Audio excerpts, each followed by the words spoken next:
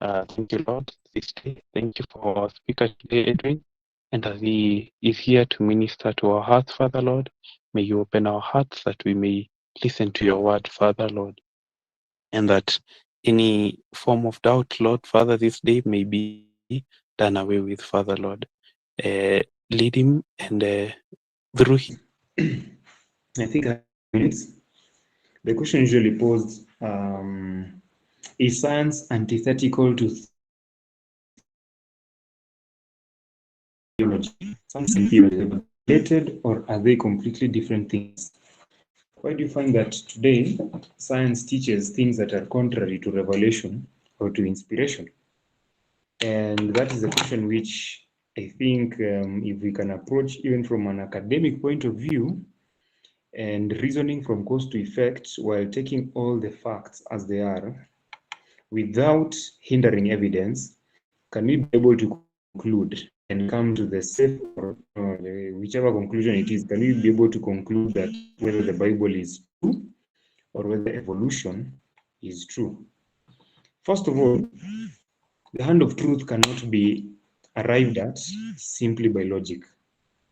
Logic is not the only tool through which conclusion of truth can be safely and fully arrived at. The hand of truth, there are many fingers that eventually take a grasp on eternal realities. There is, okay, we have to consider what has happened in the historical past, that is unadulterated history, leave alone the type of history that is warped and given to people, so that it can shape the opinions of things. The order of that nuclear fission or fusion that causes all that Big Bang. Everything must have an origin. If it has a destiny, it must have an origin. If it does not have a destiny, okay, I don't know what that is, but I know everything has a destiny. The eternal destruction or eternal salvation. So, with that understanding, therefore, how do we conclude? How do we start? What is a safe metric? Safe metric to use when you are trying to understand inspiration and revelation from your point of view, from where you are. I've told you, number one, unadulterated history. Therefore, which is the best historical book? We'll have to go to the other finger so that it can support this first finger, which is now the other finger in the hand of truth. I've said number one is history. Number two, we'll have to look at science. Yes, the science and history in hand. Is there a connection in science that links history to itself? If there's not, therefore, that is a piece of science that you can discard safely. People are taught things like science of today, so-called science, in fact, which is actually just intellectualized spiritualism, where we are taught that evolution is actually just intellectualized spiritualism. I should be honest, because people are taught that they are growing into better beings. The eventuality of that is that we become demigods, is that man has been evolving from the lower orders of life to greater and more sophisticated, complex, and intelligent beings. Well, does science reveal that? How, therefore, can we know what science is, that science is telling us true? There are classes of thought in science. There are scientists to the left who say that creation is true. There are scientists to the left who say evolution is true. Scientists to the right who say that creation is true. How can we understand and conclude safely which one is the truth? Therefore, in science, there's also something called evidences show. This is actually an apologetic setting, so I'm making you guys understand things from, like how to use the knowledge that already has been discovered to come to safe conclusions. So there's archaeology. What does archaeology reveal? Now, when you come to archaeology, a lot of things can be said about it. Because in archaeology, please post your questions by there in the inbox chat so that we can deal with them. And in archaeology, we can clearly see that There are things which are hidden within the earth's surface and within the crust of the earth, deep down even into the mantle actually, which reveal to us that earth has a history. That history, is it biblical or non-biblical? Fun fact, I'll say this as a fun fact, but of course it's a scientific fact. We do know the shape of the earth. We do know that it has its layers. We do know that it has the outermost, it's called the lithosphere, that's the crust. Below it we have the mantle, and then at the bottom we have the core. Of course, they are divided by what you call discontinuities. If you remember them, those are Mohorovičić and, for those who can remember, Mohorovičić and the Gutenberg discontinuities, of course. The interesting thing is that of recent times, seismologists have discovered, but I can't go into all these deep details for today because this is quite heavy. I don't want to throw you guys on the deep end. You've already come na feel mko deep end, trust you me, but uko shallow end. In fact, 1 foot deep water. Seismologists have discovered deep below, almost below the lowest, almost the lowest regions of the mantle, they have discovered subducted plates, huge chunks and layers of rock which are there, which have not been affected by the heat of the mantle. How did they get there? Which talks to us about subduction. If you remember, those who studied geology and geography, geography, you understand that subduction is when two plates collide, either continental and oceanic. When they collide, the weaker one goes below. That is, of course, usually the oceanic plates. How did they get there? What is it in our historical past that reveals that there was a catastrophic event of such magnitude and gigantic proportions for such an occurrence to happen? Of course, the other element, of course, then therefore we can also use logic. Yes, logic is one of the fingers in the hand of truth to which we can discover truth. Just reasoning from cause to effect. And in fact, a lot of problems can be solved in the world, academic, relationship-wise, theological. A lot of problems can be solved just by taking rational things, just taking evidences and reasoning it from cause to effect. Now, let me say that the capacity, logic, reasoning from cause to effect is a vehicle that conveys truth from knowledge to understanding. Okay, from the from knowledge, which is already placed somewhere, then therefore to understanding, and which is now the final destination. That is the purpose of logic. It's not the entire thing that you use to discover truth, because people actually can arrive from very warped conclusions just by using logic, isn't it? Good. Therefore, now from all that, we look at the last one, which is the present evidences that reveal to us what are the patterns in nature, patterns in providence. But let's touch on nature first of all. What are the patterns in nature? What do they reveal to us?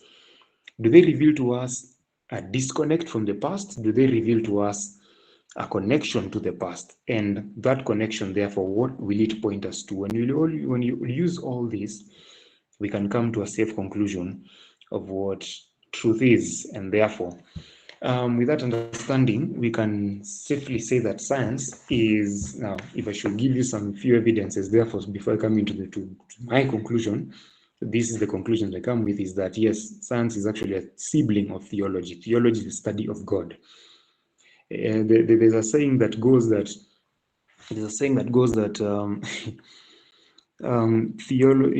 scientists go up, go through the deserts of study down into the pits of research, and then when they come to the summit, of discovery, who do they find sitting there? They find a band of theologians and a band of Bible reading Christians there. And so, brothers and sisters, what is the evidence right now? Let me, I should just touch on some few things here and there which I have come to discover in my study of history and in my study of science and all this. is that a lot of things have been discovered globally. That all point to the same conclusions. Number one, for example, did you know in over 500 languages in the world, in over 500 languages of the world, all the way from China all the way through Africa, go down to the Amazon and the regions of Southern America, that all of them have a flood legend, a story of a flood legend. Someone took his family, they built a boat, a worldwide flood came, and they were saved. Yes, all of them have a flood legend. Number two, if we go to the fossil records, we can see that in fossil records, if you know what fossil records are, of course, animals and flora and fauna that existed in the past that were buried by a catastrophic event. The fossil records reveal to us, number one, that animals and man were of gigantic proportions. Now, let me give you examples. Donkeys right now are around 5 feet flat in height. Just roughly around 5 feet in height. These are annoying, stubborn, equine creatures that kick and bite at will. They were around 5 feet. They're around 5 feet right now. But fossil records reveal that their skeletal structures grew up to 9 feet tall. Those are donkeys, 9 feet tall. Thank God that there don't exist 9 feet tall donkeys right now. Number two, dragonflies have been discovered in the fossil records to have had a wingspan of up to 6 feet in length. From one end of the wingspan to the other end is around 6 feet. Now, those are dragonflies, and many zoologists say that those could have been the apex predators if they could have been of great sizes, like the size of human beings or the size of cows. They could have been very, very apex predators. Thank God they were created that small. But in the pre-flood world, the fossil records reveal that they were huge. Next, centipedes. Right now, those scary, multi-legged, venomous creatures, one of the questions I'll have for the Lord in eternity is, what is the purpose of centipedes? Now, those creatures, right now, they grow to the size of a few inches long, isn't it? In the fossil records, they have been discovered to the giant ones, because the biggest ones we have right now are found in Thailand. In Thailand, they grow up to 1 feet long. Those are they're called the giant centipedes. Now, those centipedes in the fossil records grew up to 6 feet long. So you can imagine walking through the bush and seeing a 6 feet multi-legged venomous creature coming at you with all that, I don't want to imagine it now. There have been spiders discovered the sizes of small sofa sets. Yeah, in the fossil records. How did they grow to those sizes? How did animals grow to those proportions? Crocodile records, the records of dead crocodiles have shown that the crocodiles used to grow to thrice or twice the size. Right now, crocodiles grow to 23 feet. So they grew up to around 60 feet, 50, 60 feet. That's around 40 meters or something. Those are giants, isn't it? The Bible also talks about creatures called dragons. Yes, those are not mythological creatures. They were creatures that God did indeed create.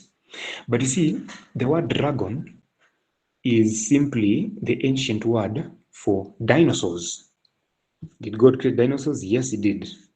And therefore, the word dinosaur just came in 1841, meaning from the two word dino and saur. Dino, big, saur, lizard, big lizard. Some dinosaur species were simply some, not all, but some of them were simply the reptiles that exist today that continuously grew throughout their lifetime. Because some species of reptiles have been discovered to grow throughout their lifetime. That aside, how is it that man grew up to, estimates show man grew up to 18 feet in height? And Right now, people think that if you're 6 foot flat, you're tall. Well, you have nothing to boast about when you behold Adam and Enoch in heaven. You have nothing to boast about because, in all honesty, utakuwa ukiwafikia just slightly above the knees. Thank God that in eternity, the people of God will grow back to that height, isn't it? So, your vertical humility, our vertical humility shall be done away with, isn't it? So we just have to learn how to be down to earth, isn't it? Anyway. Now, brothers and sisters, how is it that man rose up to 18 feet in height? That's a question I ask myself. Did God do something arbitrary, or did he put something in the environment that did that? Yes, the answer is yes. In the pre-flood world, and when God was creating the earth, I'll say this in general and in a nutshell. In the pre-flood world, God created the earth without a desert. He created it rich in flora and fauna, in which there might so many species. I in fact hazard to think that we are remaining with a remnant of the species of animals, especially, and plants that died during the flood, that got extinct during the flood and after the flood. So many creatures died after the flood, especially, yes, because all that God created was preserved. But now, after the flood, man, in his wickedness, went to kill many of them and to eat some of them. They were killed for sport, they were killed for fun, and this is how many dinosaurs actually went extinct. Many, I said many. And so, in the pre-flood world, how was the world like? Archaeologists discovered that when the flood came, we'll have another day to talk about the flood and its effect and how it changed the entire surface of the earth. In the pre-flood world, a leaf was discovered, like a leaf that ilishikilia a bubble of air from the pre-flood world. When they opened it and measured it, the air that was found there was discovered to have 32% oxygen. Right now, we have 21%, so that is 50% more. So there was slightly more oxygen in the world before the flood, but God had made sure that the CO2 oxygen balance would happen by creating a very rich, lush vegetation upon the earth that would balance it out. Now, there was nothing like extreme temperatures in the earth before the flood. So there was no North Pole and South Pole that were frozen. The Bible talks to us about God creating and putting the landmass in one place and the waters into another place.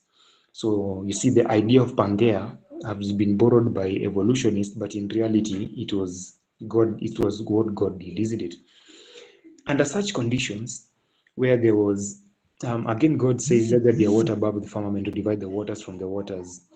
Psalms 148, verse, I think 2 and 3, no, 2, 3, or 4 there, those verses talk to us about the waters that go beyond, there are waters that exist beyond, outside, even into the interstellar space. Yeah, that's what Psalms tell us.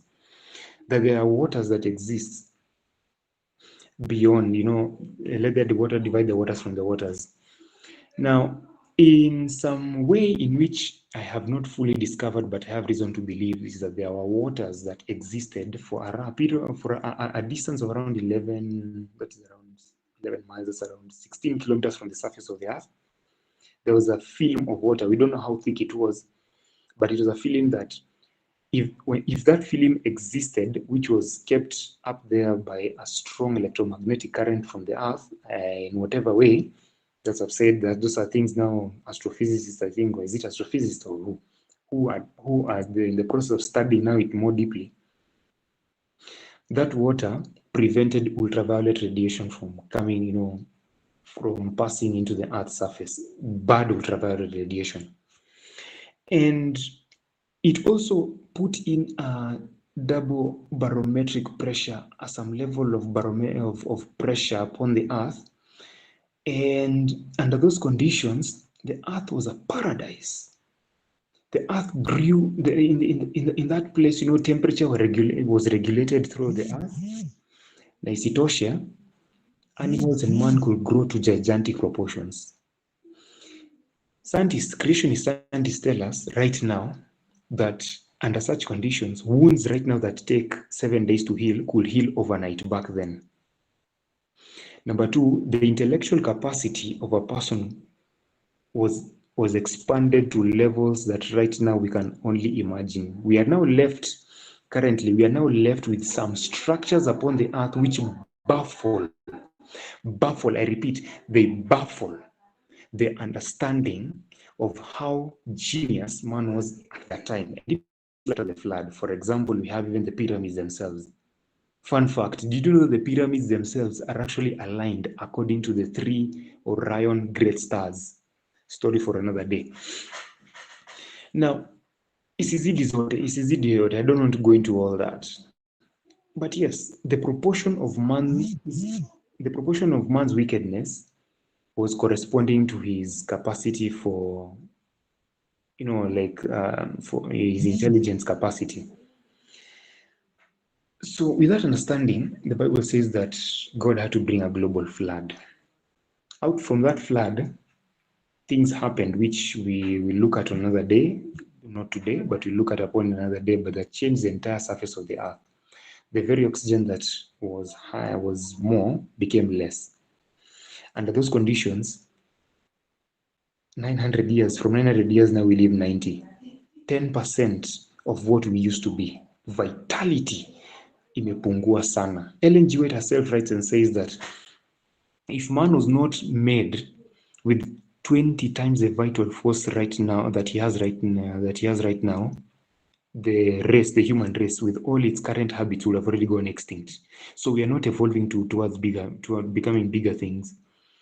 Please, hii nonsense ya kuwatch sijui Superman, Batman, or sijui tongaje, these things that tell us that our spiritualism indirectly, what are these vipindi zenye watu wanapenda kuwatch, Guardians of the Galaxy, things that show that man can rise to become demigods.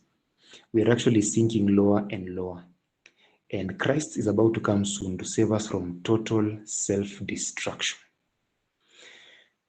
Up until there, I think I have seen a question in the chat box, but I'm trying to. Yeah, is there anyone who actually? Okay, I'm trying to renew my phone here so that at least I can. I don't know why it's doing this what it's doing. I am unable to go to the chat box to see. I think now I'm able. So, someone has asked, is it true that the flood caused the division? Someone joined and may block the question. Caused the division of land into the 8 continents? I believe so. Yes, I do believe so with all my heart. Yes, because the evidences reveal in the rock strata that the floods, the continents were into one landmass, and the flood was such a catastrophic event. That is why I think this one will require another day, a separate day of its own. The flood was so scary, was so terrifying, that the spirit of prophecy itself tells us that Satan feared for his own existence, aliogopa. Nothing like that had ever happened. The windows of heaven that fell from the earth, as we believe, were the waters that God had put above the firmament. And there were great convectional currents. There were great convectional currents that occurred in the earth's mantle, which caused worldwide subduction zones. Those subduction zones imebaki wa leo, called the ring of fire and the oceanic plates, or of course the plates themselves. Those plates are evidences of the cracks that happened during those times, and a lot of them are still active to this day, especially the ring of fire. The ring of fire is the region from Western Europe, enda all the way to Eastern USA, anzia Alaska, teremka chini to the Andes, teremka chini, panda tena, going to Southeast Asia, the Pacific Island areas. All that region is called the Ring of Fire because they are still active regions volcanically, and earthquakes occur along those regions. I believe that the continents are still connected, actually. Nimaji tu ndio imeziseparate, by the way. If you may borrow that logic. The continents are all connected. Nimaji tu ndio imeseparate. And you know, the oceans themselves are just a basin. The deepest parts of the ocean, the deepest parts of the ocean discovered are it's off the coast of Guam. It's called the Marianas Trench. It's 11 kilometers deep. So count 11 kilometers na mguu kwenda chini. You know that's actually not a very big distance if you think about it. But on average, the ocean plates are 3, 4, 2 kilometers deep. So the Earth during the flood, the continents separated during the flood. And the question you've asked is interesting. You know, does that mean the continental drift theories are false? The premises on which they're built are false, but the facts are true. Repeat. The premises upon which they're built are false, but the facts themselves are true, because they have to study out evidence, present the evidence to counter the evidence. Are we together? Yeah, they're studying the evidence to present the evidence and counter the evidence. But see, evidence, it's in itself points to truth. So I think you're getting the picture I'm saying. Eh? Someone is asking, can you provide reference to the effect of the floods, both SOP and NSOP commentaries? Thank you. Go read the book called Patriarchs and Prophets, chapter the flood, and the next chapter afterwards. You can read those. And the evidences, the references also. I have some few books I usually read. If there's anyone who is interested in getting to me, that's my number I've posted there. Get to me up or inbox and I'll send you those books in which I read. At least all the evidences that I have and I study, because me study these things for fun. Science, I love science because science and revelation are married. Someone asked, can you repeat on the last discovery that has been unraveled recently? I am not sure what you heard, because I've spoken a lot of things. So I'm not sure what you've heard because I've spoken a lot of things. So unless you can be willing to clarify exactly which thing it is. Tunics, brother, just get to me privately, because I don't think I'm understanding your question. Others beyond that, I pray that you may study these things to show yourself approved, because many of you, in the defense of truth, may have to be called to stand in legislative councils, yes, but some you have to stand before scholars. And how can you present to scholars such things if you not studied them? Brothers and sisters, let's adapt this law, that God created our minds for them to be filled with truth in all its spheres, academically, theologically, and in all facets of how it presents itself. And may God guide us, may God lead you, and may God expand your mental horizons to understand truth as it is. In Jesus' name, amen.